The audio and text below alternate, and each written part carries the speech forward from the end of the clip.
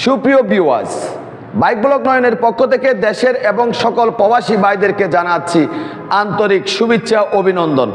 আবারও চলে আসছি আপনাদের মাঝে খুব গুরুত্বপূর্ণ একটি ভিডিও নিয়ে।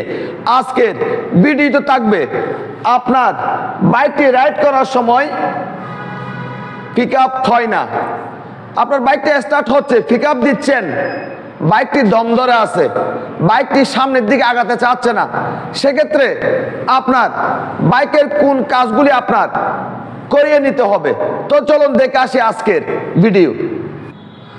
আপনার বাইকের পিক আপ যদি দম ধরে থাকে, সেক্ষেত্রে আপনার বাইকের সর্বপ্রথম যে বিষয়টি চেক করবেন, আপনার বাইকের ফুয়েল ট্যাঙ্কের মধ্যে ময়লা আছে কিনা।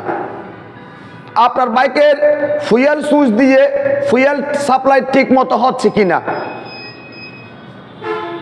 দেখতেছেন ফুয়েল সুইচ দিয়ে ফুয়েল সাপ্লাই ঠিক মতো হচ্ছে না, সেক্ষেত্রে আপনার বাইকের ফুয়েল ট্যাঙ্ক ওয়াশ করবেন এবং ফুয়েল সুইচটি ওয়াশ করে নেবেন। সেক্ষেত্রে বাইকের দম ধরে থাকার সমস্যাটি সমাধান হয়ে যাবে। তারপর যে বিষয়টি আপনাদের দেখতে হবে, সেটি হচ্ছে আপনার বাইকের মধ্যে স্পার্ক প্লাগ লাগানো আছে। আপনার বাইকের স্পার্ক প্লাগ, আপনার বাইকের স্পার্ক প্লাগ যদি দুর্বল হয়ে যায়, সেক্ষেত্রে আপনার বাইকের পিক আপ দম ধরে থাকবে। চেক করে দেখবেন, প্রয়োজন হলে সাথে সাথে পরিবর্তন করে নেবেন আপনার নিকটস্থ সার্ভিস সেন্টার থেকে।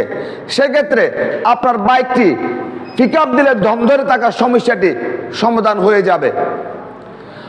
তারপর যে বিষয়টি আপনাদের দেখতে হবে, সেটা হচ্ছে আপনার বাইকের মধ্যে একটি এয়ার ফিল্টার ফোম লাগানো আছে।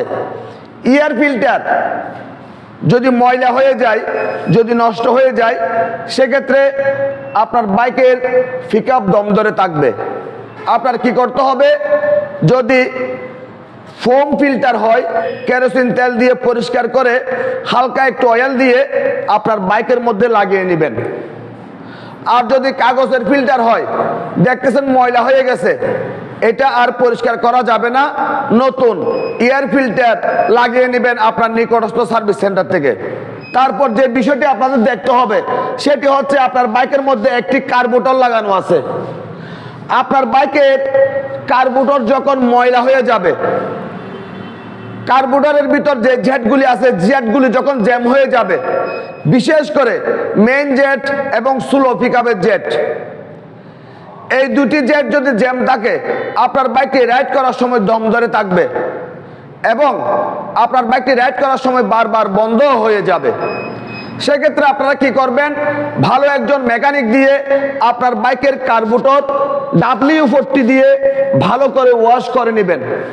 আপনার বাইকের বিসিএস প্রুফ 1.5 সুরি, 2 সুরি বা 2.5 সুরি, যদি প্রয়োজন হয় তার চেয়েও বেশি দিতে হবে, কিছু করার নেই। তবে 2.5 সুরির ভিতর আপনি আপনার বাইক থেকে মাইলেজটি ভালো পাবেন। এবং আপনার বাইকটি 1.5 সুরি, 2 সুরি বা 2.5 সুরিতে সেটিং করার পর যে কোনো একটা সেটিংয়ের মধ্যে সেটিং হয়েছে, কিন্তু আপনার বাইকের গুরুত্বপূর্ণ আরেকটা জিনিস হচ্ছে আপনার বাইকের আরপিএম। আপনার বাইকটি 3 কিলোমিটার রাইড করার পর আপনার বাইকের আরপিএম 1400 প্লাস মাইনাস 100-তে সেট করবেন। আপনার বাইকের দম ধরে থাকার সমস্যাটি সমাধান হয়ে যাবে। আপনাদের যদি আমার আজকের ভিডিও যদি ভালো লেগে থাকে, লাইক করবেন, কমেন্ট করবেন এবং বেশি বেশি করে শেয়ার করে দিবেন। আর আমাদের এই ছোট্ট পরিবারটি সামনের দিকে এগিয়ে যাওয়ার জন্য সুযোগ করে দিবেন। সবাইকে অনেক অনেক ধন্যবাদ জানিয়ে আজকের মতো বিদায় নিলাম।